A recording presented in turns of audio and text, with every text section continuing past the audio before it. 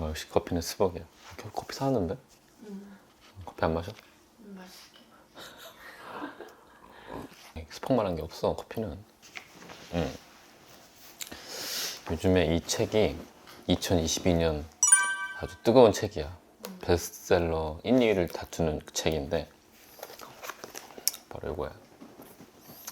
그리움은 아무에게나 생기지 않습니다 라는 그 박근혜 대통령 그 책이랑 굿바이 이재명이라는 책이야.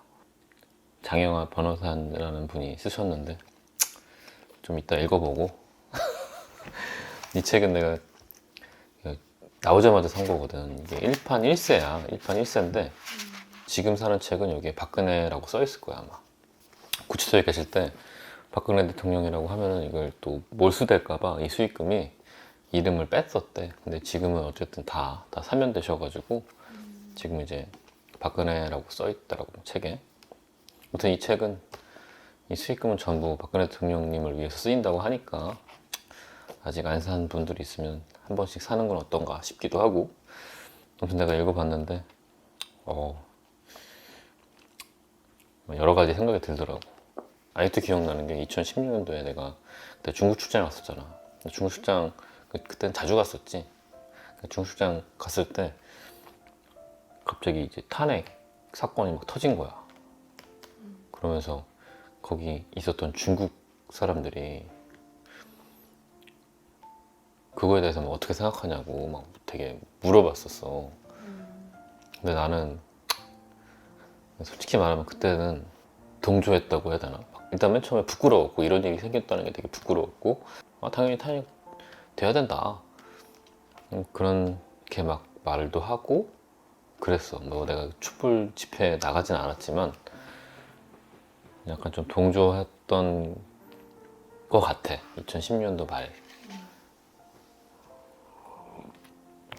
근데 이제 와서 좀 얘기해보면은 분위기가 많이 바뀌었더라고. 박근혜 대통령 이제 사면 되신 거에서 잘했다라는 여론이 한 65% 나오고, 그리고 뭐 책도 베스트셀러가 되고 있고, 박근혜 대통령이 그 재임 기간이 4년 1개월이고 5개 계신 기간이 4년 9개월이었다는 거야. 대통령이었던 기간보다 그 독방에 계신 기간이 더 긴 거야. 그 와중에 뭐 박근혜 대통령을 응원하는 분들, 그분들이 편지를 써가지고 이렇게 보냈대. 그 편지가 한 8만 통 정도 됐다고 하네. 나도 편지 한 통 보냈어야 되는 건데 그게 좀 아쉽더라고. 이 책은 그 지지자들이 자기가 이제 편지 쓰고 거기에 대한 이제 짤막짤막하게 답변하는 형식으로 쓰셨어. 이 편지를 받고 그 독방에 계시면서 이 편지를 읽었다고 생각하고 거기에 편지를 이렇게 코멘트 하신 거라고 생각하고 읽으니까 참 더 마음이 좀 아프더라고. 여기에 어떤 지지자가 크리스마스 때였나 봐. 대통령님 옆에 크리스마스 트리를 좀 놓아주고 싶다 뭐 이런 식으로 좀 오늘 밤도 기도한다 뭐 이런 식으로 편지 쓰셨어. 그랬더니 이제 대통령께서 이 편지 쓰신 분, 그분의 기도로 하나님께서 만들어주신 예쁜 크리스마스 트리가 제 마음속에 있는 것 같다 뭐 이렇게 쓰셨어. 2017년도 크리스마스 때였나 봐. 그리고 또 어떤 이제 젊은 친구가 또 뭐 이렇게 썼는데 이 당시에 2019년도에 편지를 썼나 봐. 33살 청년이라고 자기를 소개하는데 이분은 그 대통령 탄핵했을 때 기뻤고 되게 뭐 그랬다 그러면서 그런데 지금은 정말 죄송하다고 이 말 꼭 전하고 싶다고 그런 마음에 편지를 이렇게 썼나 봐.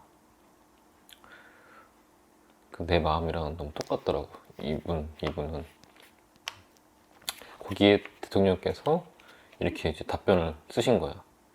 쉽지 않았던 글을 보내주셔서 감사하다. 누구나 실수를 할 수 있고 잘못된 판단을 할 수 있지만 그러나 실수나 잘못을 인정하는 용기는 아무나 가지지 못한다고 봅니다. 제가 제일 안타깝게 생각하는 건 청년 세대를 위해서 꼭 이루고 싶었던 그리고 추진 중이었던 정책과 계획들을 마무리하지 못하고 중도에 그만두었던 점입니다. 앞으로 청년들에게 무한한 길이 열렸다고 봅니다. 용기를 잃지 마시고 당당하게 살아가시길 바랍니다. 오히려 그 사람을 위로해 주시더라고. 그런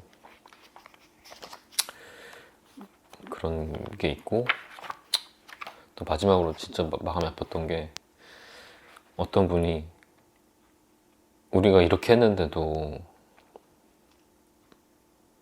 대한민국을 아직도 사랑하시냐고 이렇게 물었어. 그러니까 대통령께서는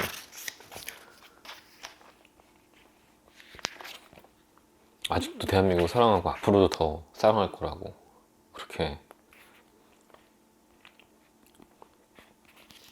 쓰셨더라고.